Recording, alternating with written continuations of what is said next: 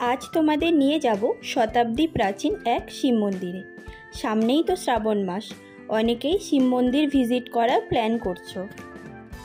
দেখে নিশ্চয়ই বুঝেই গেছো আমি বলছি 108 শিব মন্দিরের কথা, যেটা রয়েছে পূর্ব বর্ধমান জেলার নবাবহাটে।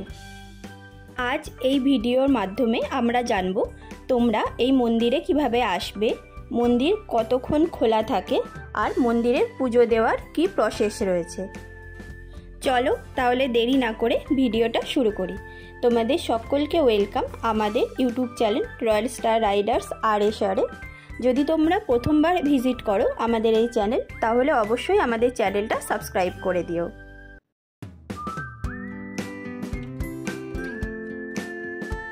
প্রথমেই বলি তোমরা বর্ধমান 108 শিব মন্দিরে আসবে কিভাবে।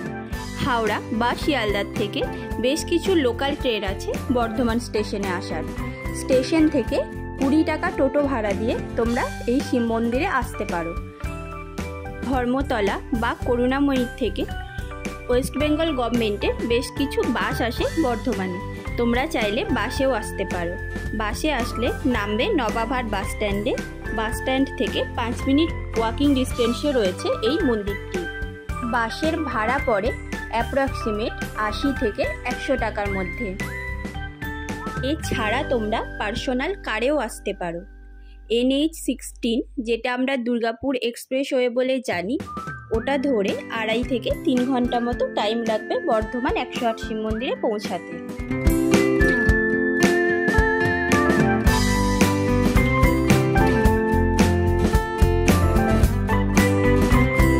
এসে গেছি আমরা মন্দিরের সামনে। মন্দিরের মেন গেট দিয়ে ঢুকেই রাইট সাইডে রয়েছে অনেক বড় পার্কিং এরিয়া, আর লেফট সাইডে রয়েছে অফিস ঘর, টিকিট কাউন্টার, সাথে মন্দির কর্তৃপক্ষেরই একটা যাত্রী নিবাস। মন্দিরের টিকিট কাউন্টার থেকে আমরা পার পার্সন হিসেবে 2 টাকা করে টিকিট পারচেস করে নিলাম। আর মন্দিরে ঢোকার ঠিক আগেই বাঁ দিকে আছে জুতো রাখার জায়গা। জুতো খুলে মন্দিরের ভিতরে প্রবেশ করতে হবে। গ্রাম বাংলার মাটির ঘরের আদলে তৈরি এই 108 শিব মন্দিরটি অপরূপ সুন্দর দেখাচ্ছে সামনের থেকে। আমরা যে সময় গিয়েছিলাম মন্দির রিস্টোরেশনের কাজ চলছিল। মন্দির প্রত্যেক দিন সকাল 8টার থেকে দুপুর 1টা অবধি ও বিকেল 3টের থেকে সন্ধ্যে 7টা পর্যন্ত খোলা থাকে।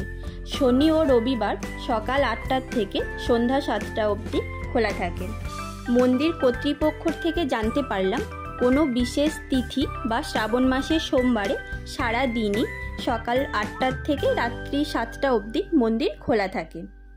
মন্দিরে মেন এন্ট্রান্স দিয়ে একটু সামনে এগালেই দুধারে পড়বে দুটো বড় বড় পুকুর বা পুষ্করিণী, আর এই পুষ্করিণীর চারিদিকেই জপমালার আকারে তৈরি করা হয়েছে এই 108 শিব মন্দির।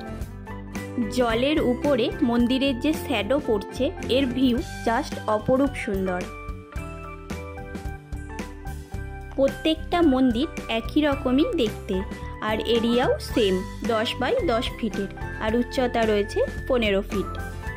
সবকটি মন্দিরের ভিতরেই রয়েছে কোষ্ঠী পাথরের শিবলিঙ্গ। এই মন্দিরটি 1788 খ্রিস্টাব্দে বর্ধমানের মহারানী বিষ্ণুকুমারী দেবী প্রতিষ্ঠা করেন। বর্তমানে মন্দিরটি রয়েছে ট্রাস্টি বোর্ডের আন্ডারে। মন্দিরের ভিতরে ফাঁকা জায়গাতে অনেক কালারিং ফুলের গাছ লাগানো রয়েছে, যেটা মন্দিরের সৌন্দর্য আরও অনেকটা বৃদ্ধি করছে। এখানে মেন পুজো হয় শিবরাত্রিতে। তখন 7 দিন ধরে মেলা ও বিভিন্ন ধরনের ধর্মীয় অনুষ্ঠানের আয়োজন করে থাকে এই মন্দির কর্তৃপক্ষ। এছাড়া শ্রাবণ মাসেও দূর দূরান্ত থেকে অনেক ভক্ত আসেন এই মন্দির দর্শনে। মেন এন্ট্রি গেট থেকে একটু এগিয়েই ডান দিকে পড়বে এই মানত নন্দী পার্ক। এখানে শ্বেত পাথরের নন্দীর সামনে বাবা মহাদেবের একটা বিগ্রহ স্থাপন করা আছে। সাথে 108টি ঘণ্টাও রয়েছে এই একই স্থানে। এই স্থানে ঘণ্টার ঠিক সামনে বাবা মহাদেবের আরও একটি শিবলিঙ্গ রাখা রয়েছে। শিবলিঙ্গের এক পাশে রয়েছে মহাদেবের পুরো পরিবারের একটা 3D ড্রয়িং, আর অপোজিট সাইডে রয়েছে শিব পার্বতীর 3D ফ্রেম। খুবই সুন্দর লাগছে সামনের থেকে জিনিসটা দেখতে। মন্দিরে পুজো দেওয়ার ব্যবস্থা রয়েছে। ইভেন মন্দিরের ভিতরে এই মন্দির কর্তৃপক্ষেরই একটা দোকান আছে, যেখান থেকে তোমরা পুজো সামগ্রী পারচেস করে মন্দিরের ভিতরে পুজো দিতে পারো। বেশ কিছুক্ষণ মন্দিরে টাইম কাটিয়ে প্রত্যেকটা মন্দির ভালোভাবে দর্শন করে আমরা বাইরে আসি। মন্দিরের পার্কিং এরিয়াতে নটরাজ, শিব পার্বতী ও শিবের ত্রিমূর্তির খুব সুন্দর স্ট্যাচু বানানো রয়েছে। 108 শিব মন্দির বর্ধমানের নবাবহাট ছাড়া কালনাতেও রয়েছে, কখনো আমরা সেটাও ভিজিট করব। মন্দিরটি এক কথায় অনবদ্য ও অনন্য শিল্পকৃতির নিদর্শন। তোমরা যে কোনো উইকেন্ডে একবার এসে এই মন্দিরটা ঘুরে যেও, কথা দিলাম ভালো লাগবে। থ্যাংক ইউ ভিডিওটি লাস্ট অবধি দেখার জন্য।